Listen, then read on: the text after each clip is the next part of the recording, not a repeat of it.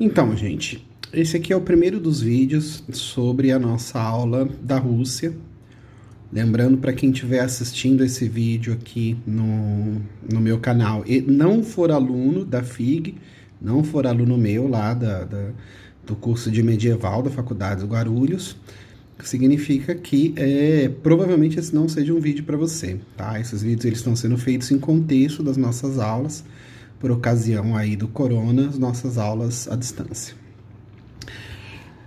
Quando a gente está falando de Rússia, tanto na Antiguidade como metade dela na Idade Média, a gente tem uma dificuldade bem maior do que os outros povos que a gente tinha falado até agora. Isso porque a gente não tem uma documentação escrita desses povos, pelo menos não antes do fim da dominação mongol na região da Rússia. Então, o que a gente tem são situações ligadas à arqueologia e documentações de outros povos que entraram em contato com eles, o que dificulta bastante, em alguns pontos, a gente ter uma precisão de informações. Dito isso, o que a gente sabe é que os povos eslavos, de onde a Rússia tem a sua origem, eles existem já desde a época do Império Romano. E a gente sabe disso porque existem muitos e muitos relatos dos romanos tendo algum tipo de contato com esses povos, em geral, um contato através dos germânicos.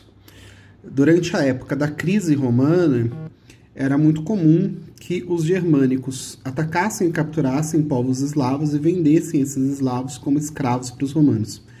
Inclusive, há um grande indício de que o próprio nome do povo eslavo, de onde vêm países atuais como a Eslovênia e a Eslováquia, tem a sua origem na palavra escravo dos romanos, né? Então, em diversas línguas, né, a gente tem nas línguas latinas o nome escravo, eslavo, muito parecido até em inglês, né, slave, assim por diante, relacionado com esses eslavos. Ao que tudo indica, o nome deles acabou sendo apropriado do nome que os romanos chamavam eles, os capturados. Os eslavos não foram capturados por completo, uma boa parte deles continuava no seu território, que equivaleria hoje em dia à região da Europa Oriental para lá da Alemanha, então região da Polônia, Rússia e assim por diante.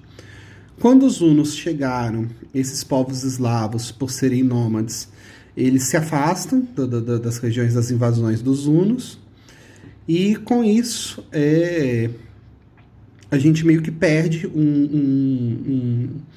durante um tempo, né, relatos falando sobre eles, e eles meio que reaparecem por volta do século 8, 9, já pós-Império Carolíngio, novos contatos sendo feitos com eles. Mesmo assim, um tipo de contato muito distante, citado às vezes em um ou outro documento.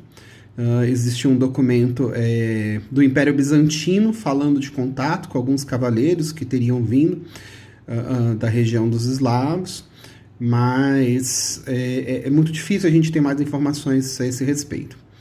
O que a gente tem é que em algum momento, por volta do século 10, 9 e 10, esses povos se unificaram e chegaram a ter uma espécie de um império, de um Reino Unido, alguma coisa assim.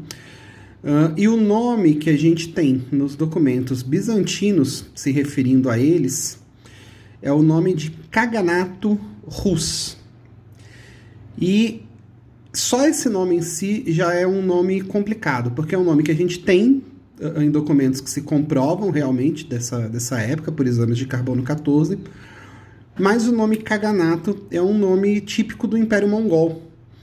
Isso porque o Império Mongol ele tem o Khan, que é o líder, né, de onde vem o nome Gengis Khan, Kublai Khan, e em determinado momento esse império ele passa a ter o costume de se cortar em unidades administrativas, cada uma com seu líder, cada uma com seu Khan, e o grande Khan, o Khan Supremo, que equivaleria mais ou menos a imperador, recebe esse título de Kagan, né? Não Khan, mas Kagan, seria o grande Khan.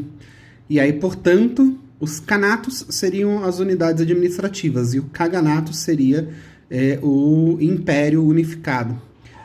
Só que uma vez que a gente já tem documentos bizantinos se referindo ao que seria posteriormente Rússia, esse nome usado, fica-se uma dúvida até que ponto os próprios mongóis não teriam se apropriado desse termo a partir da invasão, ou até que ponto algum tipo de comércio entre eles, algum tipo de troca cultural acabou fazendo com que o nome fosse usado em ambos os povos.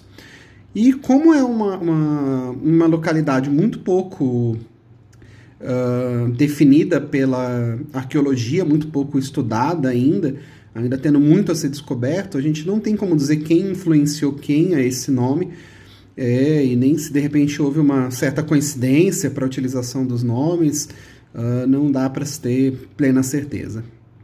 Independente disso, os russos tinham uma unidade, de alguma forma unificando esses povos eslavos. Isso já estava sendo feito quando acontece uma mistura de duas situações. Uma é a religião ortodoxa começar a querer se espalhar para além do Império Bizantino e mandar, portanto, missionários para a região desse Kaganato russo, como posteriormente a invasão mongol. Então, ou seja, a gente tem uma existência de uma Rússia já se organizando, pré-invasão mongol, mas que praticamente não vai ter uma duração muito grande. E aí a gente passa a ter, pós-queda do Império Mongol, aí sim uma Rússia medieval que a gente pode estudar em mais detalhes e pode ter mais informações sobre ela.